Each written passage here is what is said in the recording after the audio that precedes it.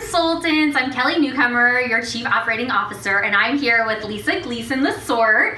And we are here to talk to you about best practices when it comes to transporting stoneware. We've received so many questions, and Lisa really is our resident expert. So thank you for joining us. Oh, done it a million times. I know. So without further ado, I'm gonna pull up our FAQs and we're gonna go through a couple of them. Perfect. Okay.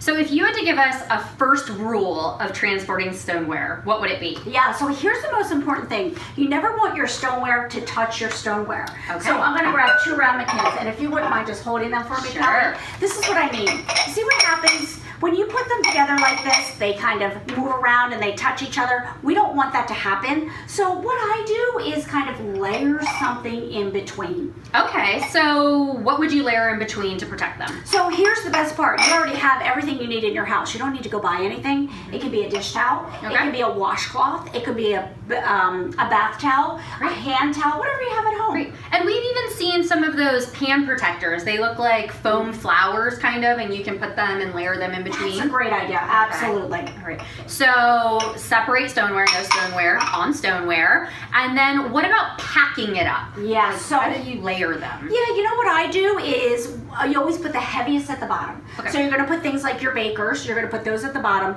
and then you're going to put a baker within a baker. So you would take a baker, line a towel, even a couple of paper towels like lined up together, Okay. put another one on top. Nest bowls inside of bowls. And the smallest things, the rammies, of course, are going to go on the top. So the lighter things on top. And then Yes. really, if they're nested in your cupboard, then just pack them up, Sure. have them, and then nest them when you pack them. Yeah, you know what, Kelly? It's really natural. It's just the way kind of when you pack a suitcase, you're going to put the heavy things on the bottom, the more fragile things on your top. So it makes a lot of sense. Easy enough. Absolutely. And then what would you pack them in? Yeah, so here's what I love. Well, first of all, anything that rolls, okay? Because Okay. wheels are going to be your best friend. That's right. 4 of them, okay? Not Yes, 2, 4. yes. Unless you're on a hillside. That's exactly. But that's okay. You can be on a hillside, just don't let it go down the hill. Yeah, so I know I've gone to the store and I've seen those carts. You know the rollies? It's like a square and then they have the handle that comes up, or maybe it's a rectangle. But again, get something with wheels.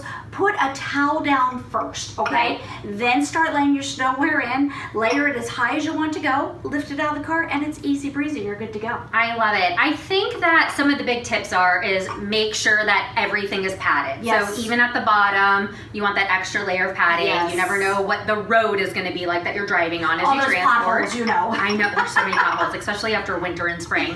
And then the other pieces is I love the suitcases with wheels. Sure. And not only from an ease standpoint, right? It saves all of our lower backs, right? Yes. Because we're then rolling things instead of lifting them.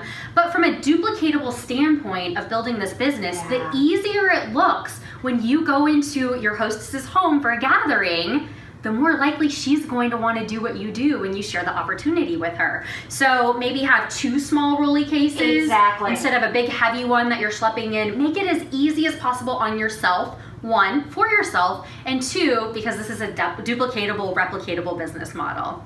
Thank you, Lisa, for joining us My today. pleasure. All right, we're signing off. See you later.